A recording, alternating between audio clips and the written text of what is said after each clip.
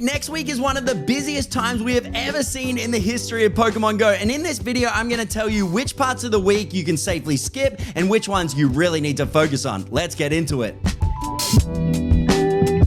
This week runs from the 6th of July all the way through to the 12th of July, and even though that's the standard 7 days, it's gonna feel like 30 days because there is so much stuff included in this week. We've got Road of Legends, we've got Go Fest, and we have a dedicated Go Pass, which has the golden bottle cap and a Lucky Trinket, and the Lucky Trinket is free for the first time ever. There is so much stuff to go through. I'm gonna go through it as quick as I possibly can without shortchanging you guys on any of the information, but let's do our best. On Monday, it all kicks off with the Road of Legends event, which features every rateable legendary and mythical Pokemon other than Mewtwo. Hoopa is not included as well. They are the only two exceptions, I believe. Every other rateable legendary and mythical is going to be available on Monday, which means you need to manage your expectations for this event. Really cool that all of these Pokemon are going to be available, especially with the special background too.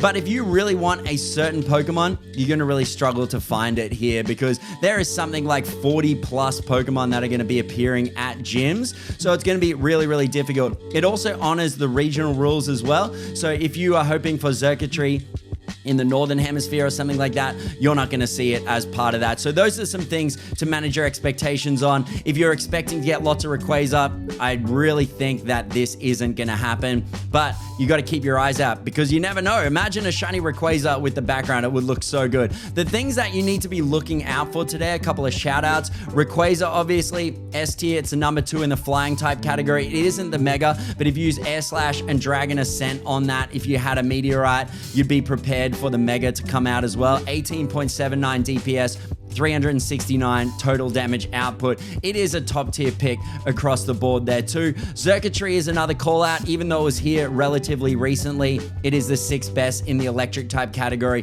using Thundershock and Discharge for 16.87 DPS or 261.1 total damage output. And also Mega Salamence as well is here as part of that too. That is a really great Pokemon. Now we have 6 till 8 p.m. as the raid hour, and then inside that we have 7 till 8 p.m. is the Mega. Now, the way that this is written kind of suggests that legendary Pokemon are going to appear during the raid hour from 6 p.m. till 8 p.m. And then the Mega raid hour is going to be from 7 p.m. till 8 p.m. And Mega Salamence is going to be like appearing within that, but not all Mega Salamence like a traditional raid hour. That's my understanding as part of that too. But even though there's going to be raid hours every single day, there is going to be more frequent gym turnings over as part of this, like the normal Road to events. So you should see a lot of Pokemon available throughout the day as well, which kind of makes me wonder what's the purpose of raid hours? Unless I'm misunderstanding this, let me know in the comments if I've got this wrong. With these events, I don't really know what the point of raid hours is if there's so many refreshes on the gyms throughout the day there too. But if that's not enough for you, Max Monday is doing it as well, and Dynamax Chansey is the Max Monday Pokemon. Now, I know a lot of people think that this is a tank. This is actually a healer, and it is a really, really good healer. So if you don't have a great Dynamax Chansey for a healer, you should focus on it, but I think you're gonna be so busy today that I think this is something you can just like do it if you're on your way from gym to gym, but otherwise I would probably skip this too. There's also featured eggs starting today as well, which has shiny Tropius in it, but it also has Larvesta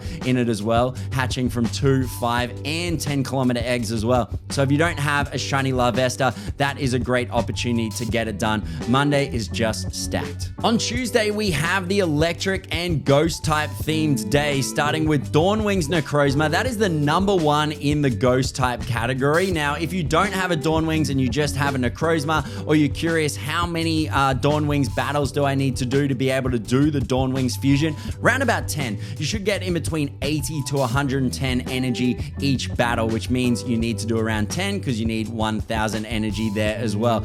But Dawnwings itself, number 1 in the ghost type category, even better than Mega Gengar. The best moveset is Psycho Cut and Moongeist Beam for 22.14 DPS, or a huge 518.6 total damage output. This is best in class. But we also have White Kyurem. This is the number 1 in the ice type category. You've got 2 absolutely amazing fusions available on one day. I'm really, really excited about this day. Tuesday is definitely a day to focus on. Now, White Kyurem is the #1 best in the Ice type category because it has a double Ice type move. It's got an Ice type fast move and it has an Ice type charge move, whereas Black Kyurem doesn't have an Ice type fast move, and that's why it's better, even though Black Kyurem is statistically the better of the two. Now with White Kyurem, the best moveset, Ice Fang and Ice Burn for 19.21 DPS or 459.9 total damage output. Like I said, best ice attacker in the game. We also have Zekrom in the gyms as well. Not that exciting. It is the 5th best in the electric type category using Charge Beam and Wild Charge as well, unless you want to throw an Elite Charge TM on it for a minimal sort of damage increase there too. But really Zekrom is there because you need it as part of the fusions. So that's why Zekrom's here and Reshiram will be here shortly as well. Don't forget Mega Tyranitar is also here as part of this as well. We've got the raid hour from 6 p.m. till 7 p.m. which will feature the 5-star bosses. So you'll have Dawnwing's Necrozma, you'll have White Kyurem, and you'll also have Zekrom all split across that hour. And then from 7 p.m. till 8 p.m. you'll have Mega Tyranitar there too. Don't forget the June Go Pass expires on Tuesday as well, so don't forget to claim all of your stuff there too. But I think Tuesday is the most, the highest value day out of all the days, maybe other than Thursday, but we'll get to that in a sec. On Wednesday, we have the Fire and Steel type day, starting with Dusk main Necrozma, which is the #3 in the Steel type category. It is pushed out by some other great Steel type options there, but on its own, it still hits like a truck using Metal Claw and Sunsteel Strike for 21.33 DPS or 499.7 total damage output. It is a really great Steel type attacker. Do not overlook this one here. Then we have Black Kyurem, which is technically the least attractive of the two Kyurems, but statistically better. It is the #2 in the Ice type category using Dragon Tail and Freeze Shock. It's #2 because of that Dragon Tail move. You can't learn any Ice type fast moves there too. So it has 21.16 DPS or 506.4 total damage output. Like I said, it's no slouch, but if you can only get either a White Kyurem or a Black Kyurem, I would go with the White Kyurem. But if you're a PvP player, and remember, I don't know that much about PvP, what I do know is the statistical, like the extra bulk and stuff that Black Kyurem has means it's slightly better in PvP, but I'm hearing lately people have had more fun with White Kyurem too. So go figure, but that's why PvP ain't my jam. If you're doing PvE, White Kyurem is your guy, but Black Kyurem there too. Why not, right? I've got some great ones of both, and I do use both, but I use White Kyurem much more. We also have Reshiram as well, #7 in the Fire type category. I know Shadow Reshiram is here recently, and it means that pretty much every non-Shadow Reshiram is far less useful now, but this on itself is a really great one to have, and like I said, you need it as part of the fusions.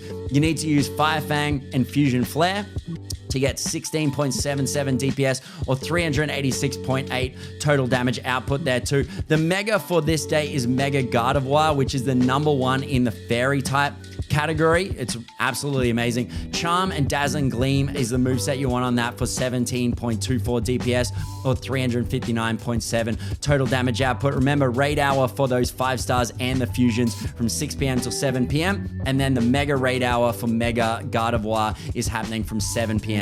till 8 p.m. Then on Thursday is probably my favorite day of all of them other than Tuesday. We've got the Crowned Legends happening. Now, I'm a big Crowned Sword Zacian guy, but Crowned Sword Zacian has earned its place. There's absolutely no bias here too. I can feel myself smiling so much just because I love it so much. It is the #1 in the Steel type category. The best moveset, Metal Claw and Behemoth Blade for 22.26 DPS or a very large and very tanky on its own 545.6 total damage output. It is the best Steel type attacker in the entire game, and I think it does double really well as a tank, because even though we have Zamazenta, which is meant to be the tank, Zacian on its own can take so many hits in raids and in max battles too. This is arguably the most valuable Pokemon all week. If you haven't seen my breakdown of what you should prioritize throughout Road of Legends, there is a whole like 30-minute video I did that sits adjacent to this one. So go check that out if you haven't already, if you want to hear all my reasons of worst to best for everything that's happening during the Road of Legends. But if you're only here for this video, Crowned Sword Zacian #1, absolutely need this one. If that's not your thing though, and you're a Zamazenta player, then it is the number 2 in the steel type category. It's really, really good too. Better than Dusk main, Necrozma, and that is amazing on its own too. The best moveset for this one, Metal Claw and Behemoth Bash for a total damage output of 21.87. So really good for a tanky Pokemon, but it also has a whopping 645.3 total damage output. That is absolutely huge. The biggest of the week, but like I said, Zacian already has enough bulk that it can operate as a tank. It's tankier than some of the other fusions that we've seen, that we've talked about, that's coming this week too. So if you can only get one of the 2 of them, I'd go Zacian, but Zamazenta, it has a great looking shiny too. And when you put it out in max battles, it gets a free stack of max guard too. So that's cool with me. We also have a Mega Rateable for Mega Gengar. It is the number 2 in the poison type category too. It's really great as a ghost type as well. Best moveset is Lick and Sludge Bomb for 19.1 DPS, or a very decent total damage output of 323.1. Now remember, raid hour for the 5 stars, which were Crown Sword Zacian, Crown Shield Zamazenta from 6 p.m. to 7 p.m. and 7 p.m. to 8 p.m. is the mega there too. Then Friday, the big finale here too, and I think a lot of people are really excited about this one just because of the adventure effects. We have Origin Form Dialga coming in. It is the 11th best in the Dragon type category. Best moveset is Dragon Breath and Roar of Time, which is its adventure effect move. 16.96 DPS and 415.3 total damage output. That's kind of why it sits 11 in the Dragon type category. It's a bit of like a...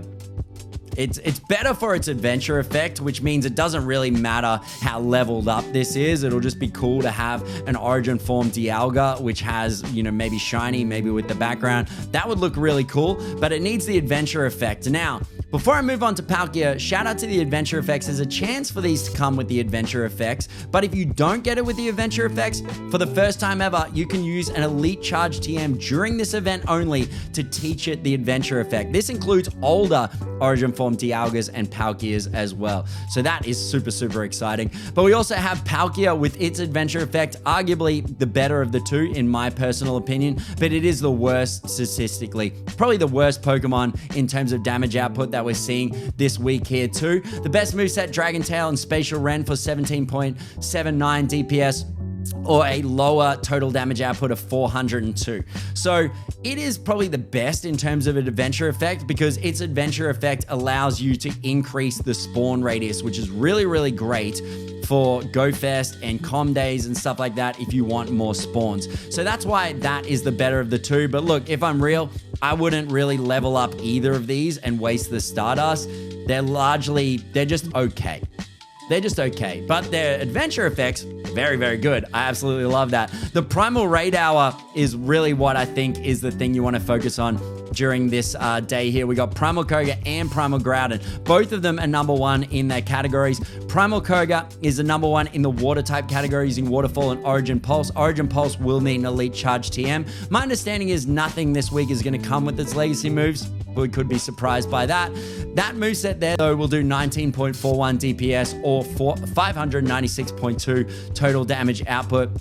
Primal Groudon, on the other hand, is the number 1 in the ground type category. Its best moveset is Mud Shot and Precipice Blades. Again, that's a legacy move. And that'll do 19.4 DPS or 595.8 total damage output. Both of them are outstanding. I think if you already have an Origin Form Palkia and an Origin Form Dialga with the special moves, then I would basically ignore them and I would focus on the primals unless you got an insane amount of passes. But don't forget, you can teach those special moves onto an older one as well, but it needs to be the origin form, not the altered form of Dialga and Palkia. And then on Saturday and Sunday, we get Go Fest. Oh my goodness, it's finally here. I went to Tokyo, I went to Chicago, didn't go to Copenhagen, wish I went to Copenhagen, but as part of those, we got to battle a Mega Mewtwo X and we got to battle a Mega Mewtwo Y, and it gave us 300 Mega Energy. Well, this is the time to farm all of that energy as Mega Mewtwo X and Mega Mewtwo Y raids go into effect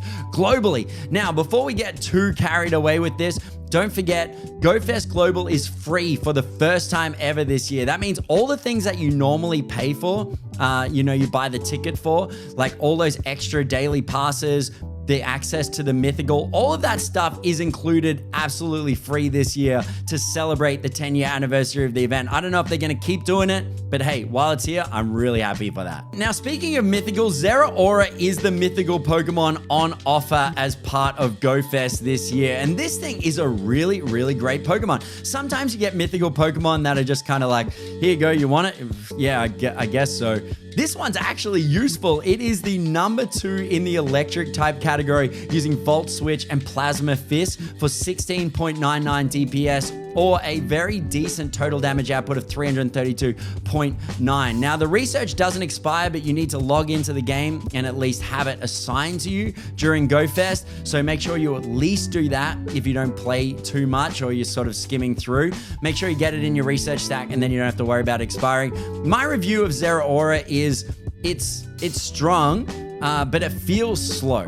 But the reason why you really want this is not even because it's the number 2 in the electric type category. It's because it's one of the only mythicals that has a mega evolution in the pipeline. So you absolutely need to get this. Like I say, don't worry about IVs so much. Don't be miserable about that. This is probably something you may want to bottle cap though and put that gold bottle cap on so you can get the hundo and just tick it off the Pokedex. But in terms of how it feels with, IVs, don't worry about it. You know they don't make a difference. The other highlight is Mega Mewtwo X and Mega Mewtwo Y. Now these are super mega raids. So we've got Mega Mewtwo X on Saturday and we have Mega Mewtwo Y on Sunday there too. Let's have a little look at the difference between the two of them real quick. Mega Mewtwo Y is the better of the two. It's the psychic type attacker and its best moveset is Confusion and Psystrike for 24.85 DPS. That is really, really high, or a really huge 669.6 total damage output. This is single-handedly the best psychic type attacker in the entire game. Mega Mewtwo X though is no slouch. I mean, it is the number 2 in the psychic type category. That means something, right? A lot of people think this is a fighting type Pokemon, and in some ways it's decent, right? But it's best placed as a psychic type one there too. The best moveset is Confusion and Psystrike for 24.04 DPS, 626.2 total damage output. Every Mewtwo caught from Super Mega Raids will have the first level of the Mega Evolution already unlocked. So if you defeated and caught a Mewtwo from a Mega Mewtwo X raid, you will have that first level on the X path already unlocked. If it's a Y, you will have the first level of the Y unlocked. If you're looking to Mega Evolve an older Mewtwo, it'll cost you 7,500 to get it to that first level. So there is going to be a boost for the amount of energy that's rewarded as part of this. We don't know what that's going to be. Like I said, when I was at GoFest, it was 300. So I'd expect this to be definitely above 400, maybe 500, maybe 600. Probably need to do around about 10, 12 raids to be able to Mega Evolve an older Mewtwo that you caught. But if you don't want to do that, you just want to Mega Evolve a Mewtwo, you can do that with any Mewtwo you catch from the Super Mega Raids there too.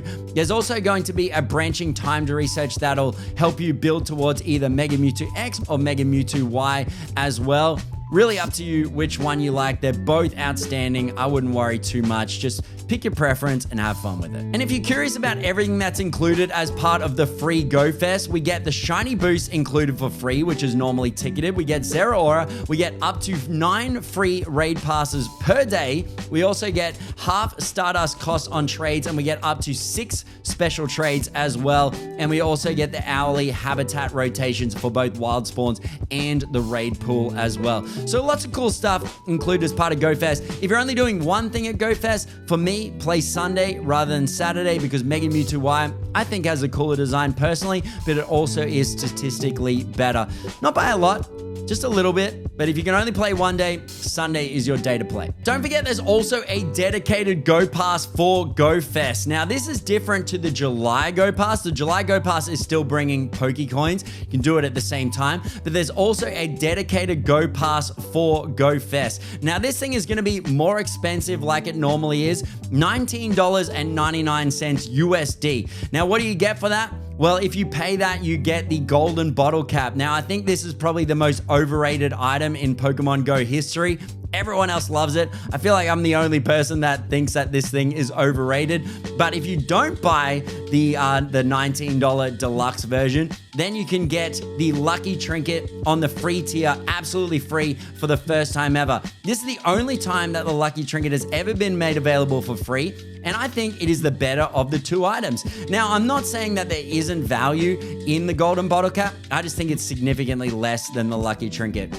I won't give you guys the whole spiel here, but ultimately, I don't think IVs really matter that much. It increases the damage output by around about 4%. Very, very minimal. And what I see people do is they go like, oh, this Zeraora is bad. I'm not going to level this up. This Eternatus is bad. I'm not going to level this up. You only get one of them, two if you get the shiny, and that means you've got to use what you get. Now, if you just ignored the fact that it was floor, just say you got the floor, if you were to level this up, you can put 20% or more in terms of damage output on that Pokemon, where if you just said, well, I'm not gonna invest in it because I didn't get the 4% damage bonus, you're just like leaving 16% or more of damage output on the table. So why I think that the Lucky Trinket is far more important than the golden bottle cap is the Lucky Trinket will make it significantly cheaper to power up the Pokemon and send it all the way to level 50. It is cheaper to upgrade, which means you're going to be doing more damage for less investment cost there too. And that's why I think the Lucky Trinket is far more important out of the two of these. But I think there's going to be some really cool stuff available in the deluxe track too. I'm going to buy the deluxe track, having said all of that. But what I'm going to put my golden bottle cap on, I'm only going to put it on a mythical Pokemon because I want that 100% to be ticked off in the Pokedex. Even though my Zeraora was pretty good, I'm going to put it on that because it's going to be cool to tick off the Hundo Zeraora in the Pokedex. No other reason. If it was about IVs for me, I would put on something that was the floor, and that's proof IVs don't matter. So there's so much to do this week, but what are the 5 things that you absolutely need to focus on? Well, number 1, grab the free GoFest special research on Saturday so you can secure Zeraora and work towards getting a Zeraora for the eventual Mega as part of that too. Number 2, farm Mega Mewtwo energy over GoFest weekend with your 9 free daily raid passes there too. We don't know how many shields this is going to have, so it's going to be challenging, but I believe you guys can do it. Don't forget, I did a short that lists all the counters that you need to bring as part of that too, if you want to check that out. Number 3, raid Crown Sword Zacian and Crown Shield Zamazenta on Thursday, particularly Crown Sword Zacian. That is the priority, I think, throughout the whole week. And then number 4, the second priority I think you should focus on, Dawnwings Necrozma and White Kyurem. Those are the 2. So I think the top 3, Crown Sword Zacian, then Dawnwings Necrozma, and then White Kyurem. And that way you've got Steel, Ghost, and Ice type all covered there too. 5th and last, don't forget to use an Elite Charge TM on any Origin Form Dialga and Palkia you like from the past, whether that is a one with a background, whether it's a shiny, just one you like, because remember, this isn't something that goes crazy in raids. This is more just about having the utility, and the effect of it depends how long you've applied the effect, not the level of the Pokemon. So just put it on the one you like and smile and be happy. So much to do this week, and even more research went into this video, as it does all of the videos, to be able to cover all of this and recommend different things for you guys to focus on during the week. And all of that cannot be done without the lovely support of all these people over here. All these people are members of the Patreon, and they all support the content that I make that goes here and other places, whether it's the long form, whether it's the short form. These people over here all support this as a way of saying thanks for the content, and in exchange, they're on the friends list. I send them RSVPs, we do trades, we do weekly challenges. Most importantly, all of these people over here are going to get RSVPs to all of the stuff that we've spoken about in this video. Mega Mewtwo X and Y, you got Crown Sword Zacian, you got Zamazenta, you got White Kyurem, Black Kyurem, you got the Dawnwings, Dusk Mane. You've got all of that stuff, Rayquaza. All of those RSVPs are coming your way, guys. And if you'd like to join all of these people and get some of those RSVPs as well, head over to patreon.com/MattSimplified. The link is in the description of this video. Thank you for considering. If you aren't able to support me on this content journey, there are other free ways you can support me by hitting a like or even hitting subscribe on this video as well. Feels lame to say that, but trust me, it does actually set a spike on the views and help this stuff expand out even further. So if you're wondering how you can help, if you're not able to join the Patreon, that is a way that you can help. Either way, I appreciate it all. Thank you so much for watching this video. Good luck this week. And in the comments, I would love to hear which Pokemon are you most looking forward to getting with a special background. Let's manifest it. Hundos for all. Let's tick it off. Let's feel good about the week. Pace yourselves. Pace yourselves. It's going to be a big week. We'll get through it together and we'll all get the best Pokemon you've ever seen. Peace and love. Enjoy GoFest, and I'll see you on the other side.